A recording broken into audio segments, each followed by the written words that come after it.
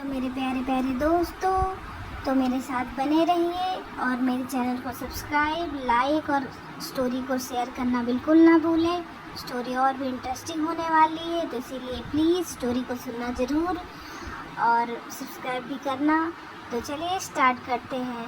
Chapter 23। विद्युत की बात सुनकर हर्षित अपनी आंसू भरी नज़रों से उसकी तरफ देखने लगता है। हर्षित के मुंह से खुद के लिए ऐसी बात सुनकर विद्युत का चेहरा गुस्से से लाल हो जाता है। उसकी आंखों में इस वक्त एक अलग ही गुस्सा नजर आ रहा था। हर्षित उसकी तरफ देखते हुए बोलता है, क्यों, क्या हुआ? आपको सच कड़वा लग रहा है? फिर वो अपनी गुस्से भरी नज़रों से उसकी तरफ देखते हुए बोलता है, और अब आप मेरी बिना मर्जी के मुझे छू भी नहीं सकते, क्योंकि मैं अब भी वही कहूँगा, आप में और उस व्योम राजवंश में कोई फ़र्क नहीं है। हर्षित की बात सुनकर विद्युत की मुट्ठियाँ मजबूती से कस जाती है। विद्युत जो गुस्से में हर्षित को हर्ट नहीं करना चाहता था, उसे अच्छे से पता था अगर वो हर्षित को दर्द देगा तो उससे कई गुना ज़्यादा दर्द उसे खुद होगा। वो गुस्से में एक जोरदार पंच हर्षित के पीछे वॉल पर मारता है। विद्युत के हाथ से खून टपकते हुए तेजी से फ्लोर पर गिर रहा था। हर्षित, जिसे विद्युत की पंच मारते ही अपनी आंखें मजबूती से बंद कर ली थी, उसका शरीर बुरी तरीके से कांप रहा था। वो धीरे से आंखें खोलकर विद्युत की तरफ देखता है, जो बिना किसी भाव से उसे देख रहा था। मुझे आपसे बात नहीं करनी है, आप खुद चले जाइए या मुझे जाने दीजिए। हर्षित अपनी नज़रें झुकाते हुए वहाँ से उठने की कोशिश करते हुए बोलता है, तो विद्युत एक झटके से उसे अपनी बाहों में भरते हुए सर्द आवाज़ में बोलता है, मैंने तुमसे अब पहले ही कहा था और अब भी बोल रहा हूँ, तुम्हारी नज़रें मुझसे बात करते वक्त मेरी नज़रों से मिलनी चाहिए जान। विद्युत की पकड़ हर्षित की कमर पर कसी हुई थी, जिससे दर्द की वजह से हर्षित की आंखें नम हो जाती है।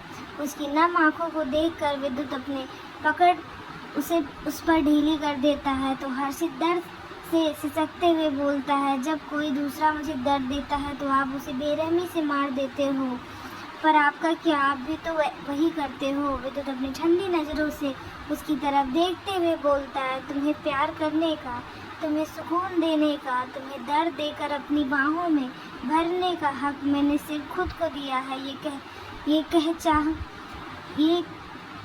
चाह कर भी कोई मुझसे, ये हक चाह कर भी मुझसे कोई नहीं छीन सकता, तुम भी नहीं।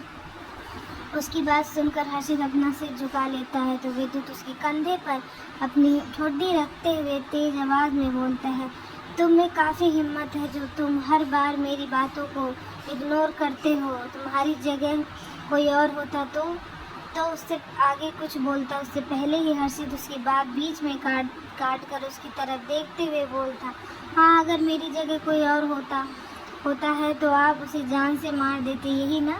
इससे ज़्यादा आप कुछ भी नहीं कर सकते। जिस दिन कोई आपके करीबी इंसान को दर्द देगा और आप उसे दर्द में तड़पता हुआ देखेंगे, उस दिन आपको एहसास होगा कि दर्द किसे कहते हैं।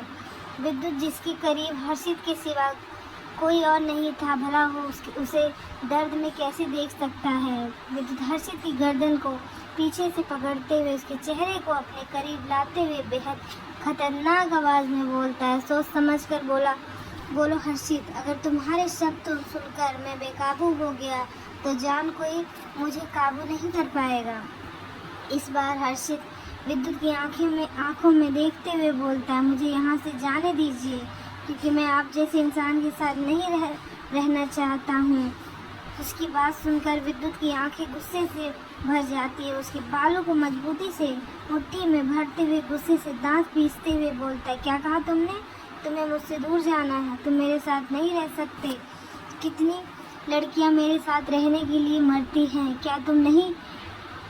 क्या कुछ नहीं करती हैं वो मेरे अटेंशन पाने के लिए, और एक तुम हो जो बार बार मुझसे दूर जाने की बात करते हो।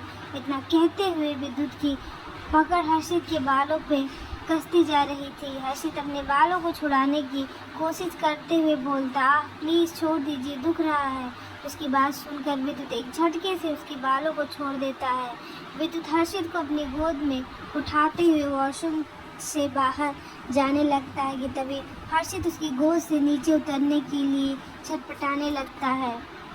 विद्युत हर्षित को रूम में लाकर एक झटके से बेड पर फेंक देता है, जिससे बेड की बेड की कॉर्नर कमर में लगने की वजह से हर्षित के दर्द भरी चीख निकल जाती है। उसकी आंखों के किनारों से आंसू बहने लगते हैं। वो गुस्से में विद्युत को खुद से दूर करने की कोशिश करते हुए बोलता है, दूर रहिए, मुझे आखिर आप चाहते क्या हो मुझसे।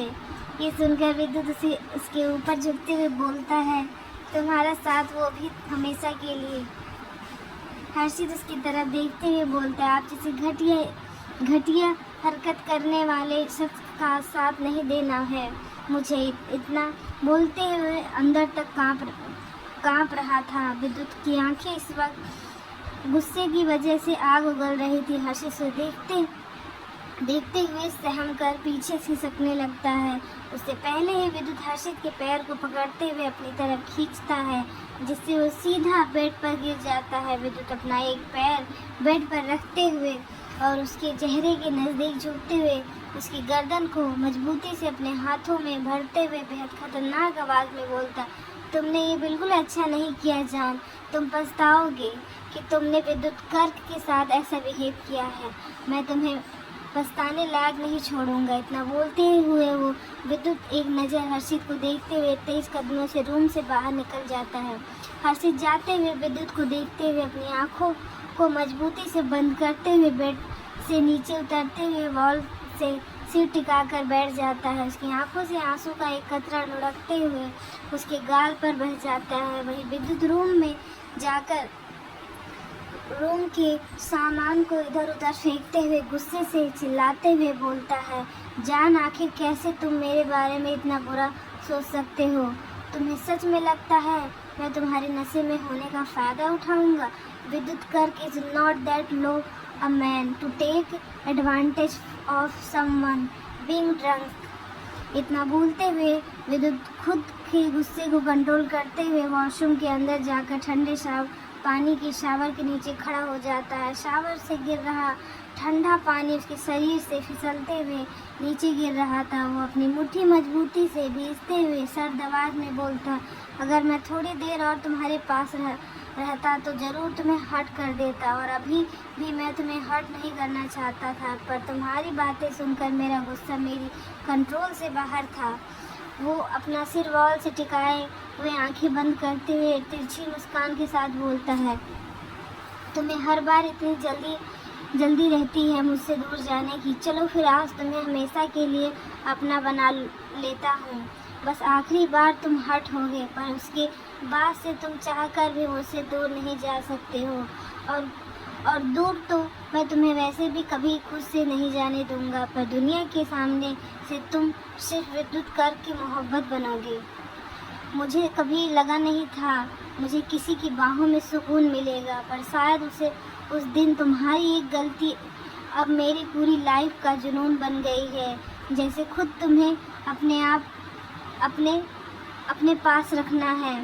इतना सोचते हुए वो वॉशरूम से बाहर निकल जाता है। करीब 2 घंटे बाद हर्षित धीरे कदमों से नीचे उतर कर आता है तो पूरे लिविंग रूम में चारों तरफ शांति फैली हुई थी। तभी कुछ सोचकर हर्षित अपने कदम स्टडी रूम की तरफ बढ़ा देता है। वो स्टडी रूम का डोर ओपन करके देखता है तो वहाँ चारों तरफ अंधेरा था, सिर्फ एक डिम लाइट जल रही थी। तभी उसके कानों में एक सर्द आवाज़ पड़ती है, अंदर आओ।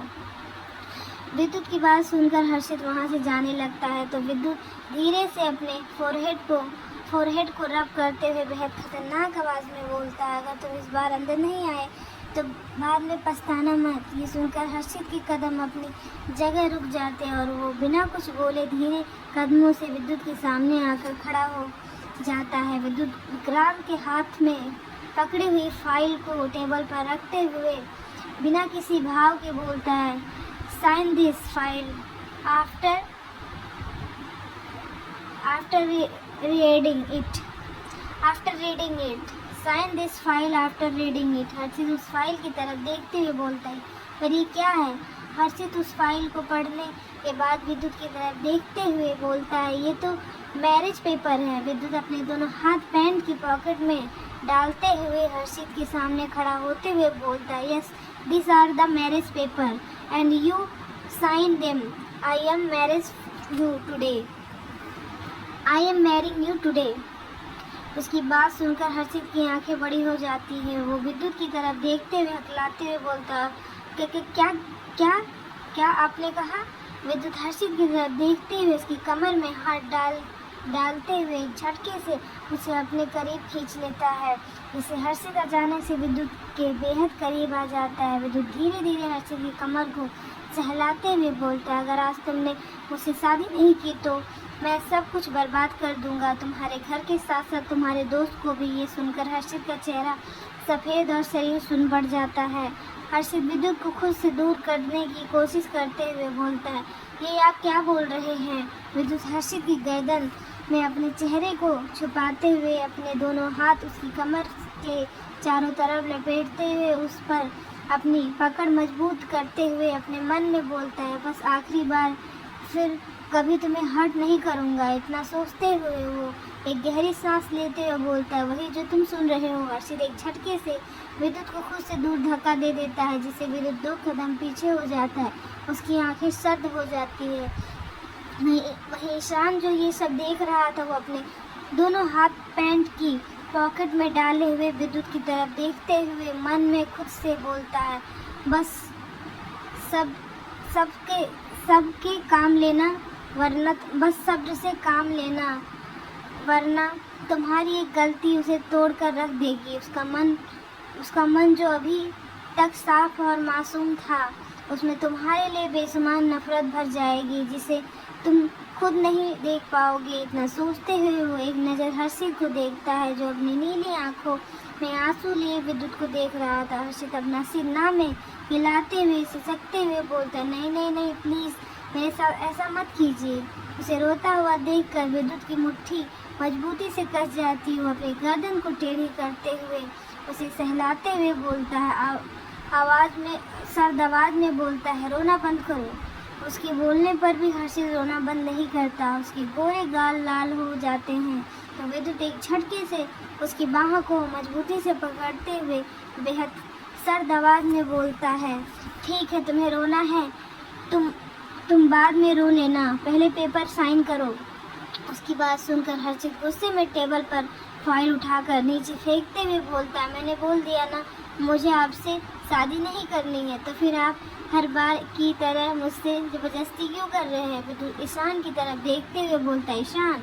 उसकी बात सुनकर ईशान अपना सिर हिलाते हुए सामने लगा हुआ प्रोजेक्टर ऑन कर देता है, जहां वेद अंधेरे कमरे में एक चेयर पर बंधा हुआ था, बेहोश बंधा हुआ था। विद्युत हर्षित को प्रोजेक्टर की तरफ इशारा करते हुए बोलता है, पहले